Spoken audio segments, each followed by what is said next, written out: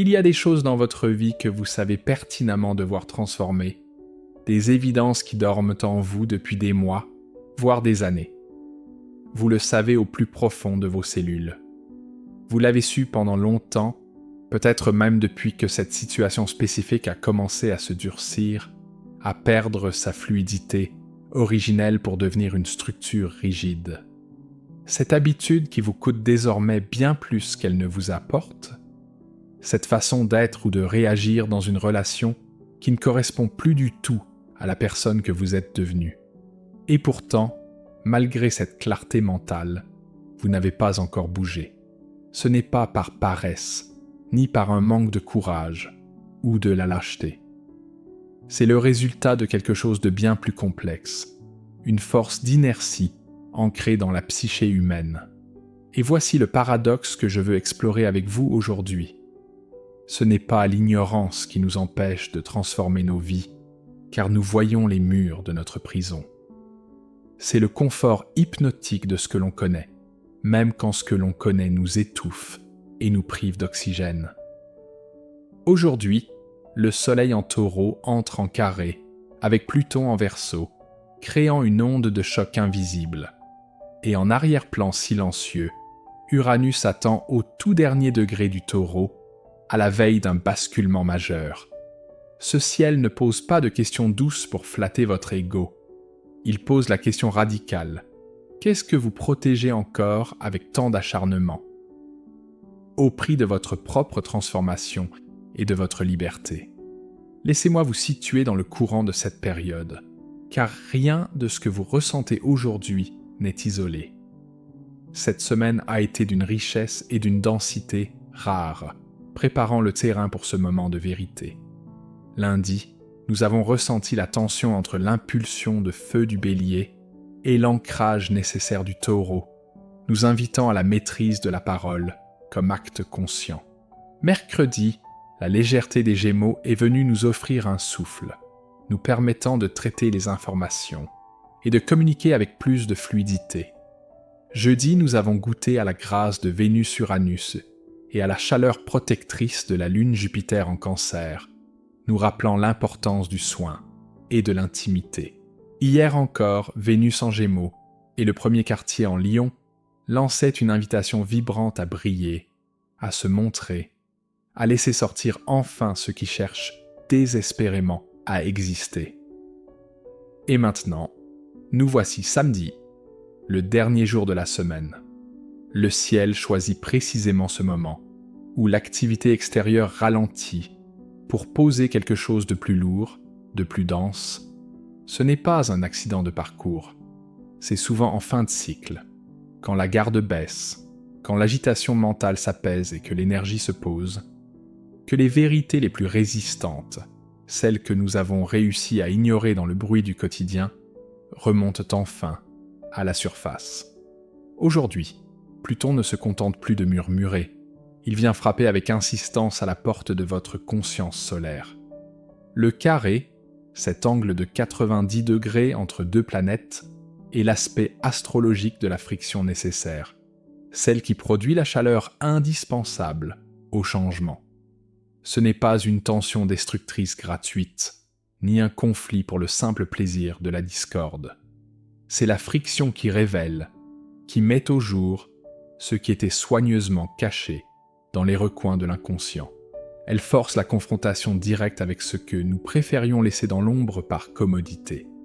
Et quand c'est le soleil, le centre de votre identité consciente, votre volonté d'exister et de rayonner, qui entre en carré avec Pluton. La planète des profondeurs, des dynamiques de pouvoir souterraines et de la transformation radicale par la perte. Quelque chose de très précis et de très puissant se passe. Votre besoin viscéral de stabilité rencontre frontalement ce qui, en vous, exige d'être transmuté. Le Soleil est en Taureau, et le Taureau, dans sa nature la plus profonde, est l'architecte de la continuité. Il aime la sécurité, ce qui persiste à travers le temps, ce qu'on peut toucher, vérifier et compter. Le Taureau construit lentement, avec patience. Et il ne change jamais pour le simple plaisir de la nouveauté. Il préfère l'endurance à la révolution. Mais Pluton, installé en Verseau depuis 2023, opère à un niveau systémique et implacable. Il démantèle les structures obsolètes qui ne servent plus l'évolution. Il exhume ce qui était enfoui et rend désormais impossible le fait de continuer à faire semblant. Le carré entre ces deux forces crée une confrontation très spécifique. Ce que le taureau en vous veut désespérément préserver. Et ce que Pluton exige, pour votre propre bien, que vous lâchiez enfin. Si ces vidéos résonnent avec vous et que vous sentez l'élan de nous soutenir, n'hésitez pas, car ces vidéos ne génèrent pas de revenus sur YouTube. Nous avons fait le choix de continuer à transmettre, avec sincérité et engagement. Pour tous ceux qui veulent nous soutenir à continuer à diffuser ce genre de vidéos, le lien se trouvera en premier commentaire. Parfois, soutenir ce qui vous élève, c'est aussi une manière de vous honorer vous-même. En le faisant, vous aidez des milliers de gens qui regardent ces vidéos. Merci à celles et ceux qui ressentent cet appel. Voici ce qui explique votre tiraillement intérieur. Ces deux forces ont toutes les deux raison de leur point de vue. C'est cette dualité qui rend ce carré si difficile et si inconfortable à naviguer. La stabilité n'est pas un défaut, c'est une valeur réelle et nécessaire à la vie. L'enracinement est une sagesse ancienne que nous devons honorer. Ce n'est pas parce que Pluton pousse au changement que tout mouvement est intrinsèquement bon ou nécessaire. Cependant, et c'est là que le carré devient un maître exigeant, parfois, ce que nous appelons stabilité n'est en réalité que de la stagnation déguisée en vertu. Parfois, ce que nous nommons prudence ou sagesse n'est en réalité que de la peur pure, habillée élégamment pour ne pas nous effrayer. Pluton règne sur les dynamiques de pouvoir, et le carré avec le Soleil les fait remonter violemment à la surface, que ce soit dans vos relations, votre travail ou dans le dialogue intérieur que vous entretenez avec vous-même. Dans une relation, cela peut se manifester par une tension qui couvait depuis des mois et qui éclate enfin, révélant un déséquilibre de pouvoir que vous aviez mis sous le tapis pour maintenir la paix. C'est la question de savoir qui contrôle quoi, qui cède toujours par habitude et qui impose sa volonté sans jamais la nommer. Dans votre travail, cela peut être la prise de conscience brutale d'une situation où vous vous sentez contraint, limité ou excessivement dépendant d'une structure qui ne reconnaît plus votre valeur. En vous-même, c'est cette façon de vous contrôler avec une rigueur excessive, de vous brider par peur du jugement, de vous dire non, avant même que le monde extérieur n'ait eu l'occasion de le faire. Ces dynamiques de pouvoir ne sont jamais unidirectionnelles, et c'est là que Pluton nous demande une honnêteté radicale. Quand vous vous sentez contrôlé ou oppressé par quelqu'un ou par une situation, il y a presque toujours une part de vous qui participe, consciemment ou non, à cette dynamique. Ce n'est pas par faiblesse de caractère, mais parce que cette dynamique, aussi toxique soit-elle, vous apporte un bénéfice secondaire, la certitude, une forme de sécurité prévisible ou la possibilité confortable de ne pas avoir à décider par vous-même. Tant que c'est l'autre ou le système qui contrôle, vous n'avez pas à assumer la responsabilité totale de votre propre vie et de vos échecs potentiels. La dépendance au contrôle de l'autre est souvent une armure que l'on porte pour se protéger de l'immensité de sa propre liberté. Pluton, avec cette clarté froide et chirurgicale qui lui est propre, va rendre cette mécanique visible aujourd'hui, vous forçant à regarder le prix que vous payez pour cette fausse sécurité. Je veux aller dans quelque chose de très concret maintenant, car le carré Soleil-Pluton ne se contente pas de théories abstraites. Il parle de votre vie réelle, de vos lundis matins, de vos nuits d'insomnie. Pour que cet aspect soit un outil d'évolution, plutôt qu'une source d'anxiété, il faut l'ancrer dans votre réalité quotidienne. Il y a généralement 3 domaines où la résistance à la transformation s'installe le plus profondément. Les relations d'abord. Vous savez peut-être, au fond de votre cœur, qu'une relation, qu'elle soit amoureuse, amicale ou professionnelle, a radicalement changé de nature. Ce qu'elle était au début n'est plus ce qu'elle est aujourd'hui, et le rôle que vous y jouez ne correspond plus à votre vérité intérieure. Mais vous restez immobile parce que partir ou simplement modifier la dynamique demande de traverser un tunnel d'inconfort que vous ne vous sentez pas encore prêt à affronter. Pluton projette aujourd'hui une lumière crue sur cet endroit précis, non pas pour vous forcer à une rupture brutale, mais pour vous obliger à voir honnêtement ce qui se joue. Les croyances ensuite. Il existe des histoires anciennes que vous vous racontez sur vous-même, sur le monde, sur ce qui est possible ou impossible pour vous. Ces croyances, elles sont périmées, elles appartenaient à une version de vous qui n'existe plus. Pourtant, elles ont fini par acquérir la texture de la vérité absolue à force d'être répétées. Pluton était le grand démystificateur. Il vient gratter le vernis pour montrer la croyance fragile qui se cache derrière ce que vous preniez pour un fait immuable. Enfin, les conforts toxiques. Ce sont les plus difficiles à abandonner, car ils ressemblent à de la douceur ou à une nécessité. La procrastination qui vous protège d'un échec possible, la surcharge de travail qui vous évite de faire face à votre vide intérieur, ou les distractions numériques qui étouffent le silence. Ce ne sont pas des fautes morales, mais des stratégies de survie émotionnelle dont le coût est devenu trop élevé pour que Pluton continue de l'ignorer. Il est fondamental de comprendre que Pluton ne détruit jamais par cruauté ou par plaisir malin. Il détruit parce que, dans l'ordre de l'univers, ce qui ne peut pas se transformer finit inévitablement par se détruire lui-même par épuisement de sa propre substance.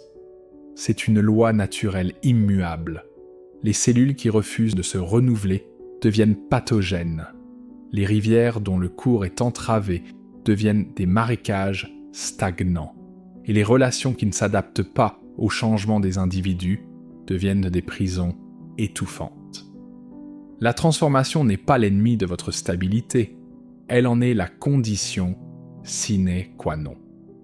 Sans mouvement, la structure s'effondre sous son propre poids. Les traditions spirituelles les plus profondes, du bouddhisme au mystique d'Orient et d'Occident, ont toutes compris que la transformation n'est pas une option facultative sur le chemin, mais le chemin lui-même. Ce qui distingue ceux qui vivent cette métamorphose avec grâce de ceux qui la subissent dans la douleur, c'est uniquement la question du consentement. Vous avez le pouvoir de consentir à la transformation avant qu'elle ne vous soit imposée par les circonstances extérieures. Vous pouvez l'initier consciemment avec vos propres mains. Pluton offre toujours ces deux options. La première est inconfortable car elle demande un effort de volonté. La seconde est douloureuse car elle arrive par la crise. Mais sachez que les deux mènent exactement au même endroit. Votre libération.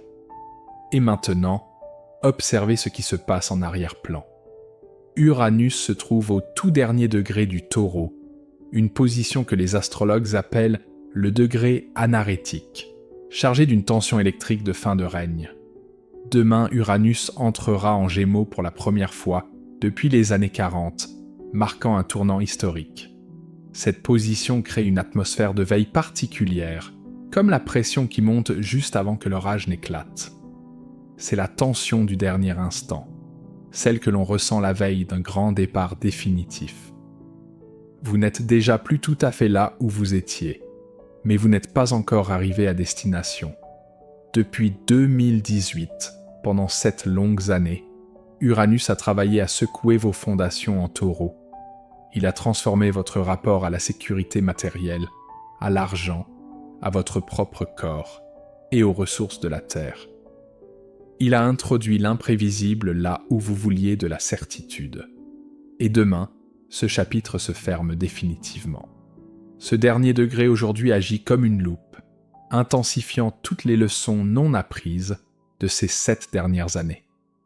Les questions de sécurité financière, de confiance en vos ressources propres et de rapport à la matière remontent avec une urgence de dernière minute. C'est comme si l'univers vous disait « Voici votre dernière chance de régler ses comptes avec l'ancien monde avant que le vent ne tourne. » Qu'est-ce que vous voulez conclure une fois pour toutes ? Je vous invite à regarder ce carré Soleil-Pluton non pas comme une menace, mais comme un cadeau d'une valeur inestimable. En astrologie, les carrés sont les moteurs de l'évolution. Ce sont eux qui produisent les plus grandes percées. Les aspects harmonieux comme les trigones offrent des facilités, mais le confort n'a jamais forcé personne à se dépasser. Le carré, lui, crée cette friction qui vous oblige à puiser dans des ressources que vous ne soupçonniez même pas posséder. Dans la tradition du yoga, on parle de tapas, cette chaleur transformatrice issue d'une discipline volontaire. C'est le feu qui purifie l'or de ses scories. Le carré Soleil-Pluton est votre tapas cosmique aujourd'hui. Il vient brûler les accumulations inutiles, les cristallisations de l'ego et tout ce qui entravait le mouvement fluide de votre vie. Après ce passage par le feu, il ne restera pas un tas de cendres, mais une version de vous-même plus épurée, plus essentielle et infiniment plus authentique. Pour naviguer ce samedi avec conscience, je vous propose 3 points d'ancrage. Premièrement, ne fuyez pas les tensions qui remontent. Si un conflit éclate ou si une angoisse vous saisit, ne cherchez pas à la gérer immédiatement pour qu'elle disparaisse. Pluton ne veut pas être géré, il veut être regardé en face. Asseyez-vous avec cet inconfort et demandez-lui ce qu'il essaie de vous dire sur ce qui doit changer. Deuxièmement, apprenez à distinguer la vraie stabilité de la simple stagnation. Le taureau en vous voudra protéger ses acquis, et c'est noble pour ce qui a une valeur réelle comme vos principes ou vos amours sincères. Mais pour le reste, soyez impitoyable. Protégez-vous un trésor ou une relique périmée. Troisièmement, honorez ce moment de veille d'Uranus. Ce soir, avant de fermer les yeux, prenez un temps de silence pour clore consciemment ce cycle de 7 ans. Ce qui est terminé avec clarté permet de commencer le nouveau chapitre avec une liberté totale. Qu'est-ce que vous protégez encore, au prix de votre propre transformation ? Ce samedi vous apporte une réponse d'une honnêteté brutale mais libératrice. Vous protégez sans doute quelque chose qui a été vital pour vous à un moment donné, une armure qui vous a sauvé la vie par le passé. C'est pour cela que lâcher est si difficile. Ce n'est pas de la faiblesse, c'est une forme de loyauté envers votre propre survie. Mais la vérité de Pluton est celle-ci. Lâcher prise n'est pas une trahison de votre passé. C'est l'acte d'amour le plus courageux que vous puissiez accomplir envers votre futur. Vous ne lâchez pas parce que ce que vous avez vécu n'avait pas de sens, mais parce que vous avez assez de respect pour votre propre existence pour lui permettre de continuer à fleurir. Demain, le monde change de fréquence avec l'entrée d'Uranus en Gémeaux. Mais avant ce grand saut, ce soir, il y a une vérité finale à vous dire, un dernier poids à déposer. La transformation que vous retardiez est là. Elle vous attend. Et vous pouvez enfin lui dire, avec tout votre être, « Oui, je suis prêt. » Merci pour votre présence. Soyez bénis, mes amis.